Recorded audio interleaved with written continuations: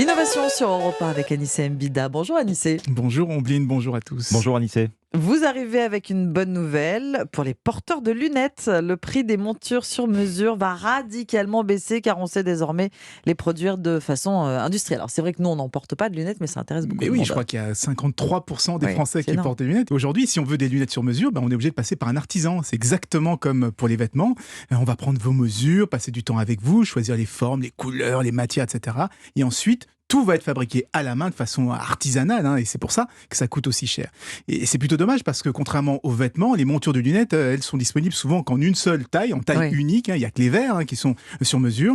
Au mieux, on peut demander à l'opticien de faire quelques réglages sur les branches ou sur le nez, mais si un modèle ne nous va vraiment pas, on n'a pas d'autre choix que de se rabattre sur un autre. Oui, logique. Eh bien, une start-up coréenne propose désormais des montures sur mesure à seulement 130 € pour un modèle en plastique et 150 pour un modèle en titane, ceux qui sont en métal. Donc, c'est des prix qui défient carrément toute C'est vraiment concurrence. pas cher. Oui. Alors comment c'est possible Anissé? C'est vraiment du sur mesure ou ce sont simplement finalement des lunettes personnalisées? Non, c'est vraiment du sur-mesure. On commence par choisir son type de monture, celle qu'on préfère, Ouais. et puis on scanne son visage en 3D dans une machine qui est dans leur magasin, et toutes les proportions de la monture sont adaptées, aussi bien l'écartement des yeux, l'angle avec les oreilles, l'espacement du nez. On peut même choisir sa couleur exactement comme on le ferait chez un artisan. La seule différence, c'est que le modèle est ensuite imprimé en 3D sur des machines industrielles, et c'est ce qui réduit énormément les coûts. Alors vous parlez de start-up coréenne Anissé. Est-ce que c'est aussi disponible en France? Alors non, pas encore, ça vient tout juste d'être annoncé, là, il y a quelques jours. La première boutique vient d'ouvrir en Corée, mais leur technologie sera proposée sous licence et sous forme de franchise.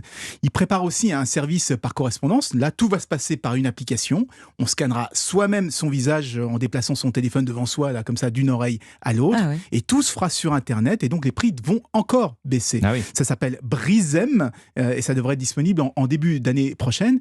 Et moi, je trouve ça intéressant parce que ça fait longtemps qu'on nous parle de révolution de l'impression 3D. Oui. Je crois que cette fois, ça y est, on commence à en voir les premiers prémices. On y Ouais, arrive. c'est vraiment un cas concret d'imprimante 3D. Merci beaucoup Anissé Mbida, c'était l'innovation sur Europe.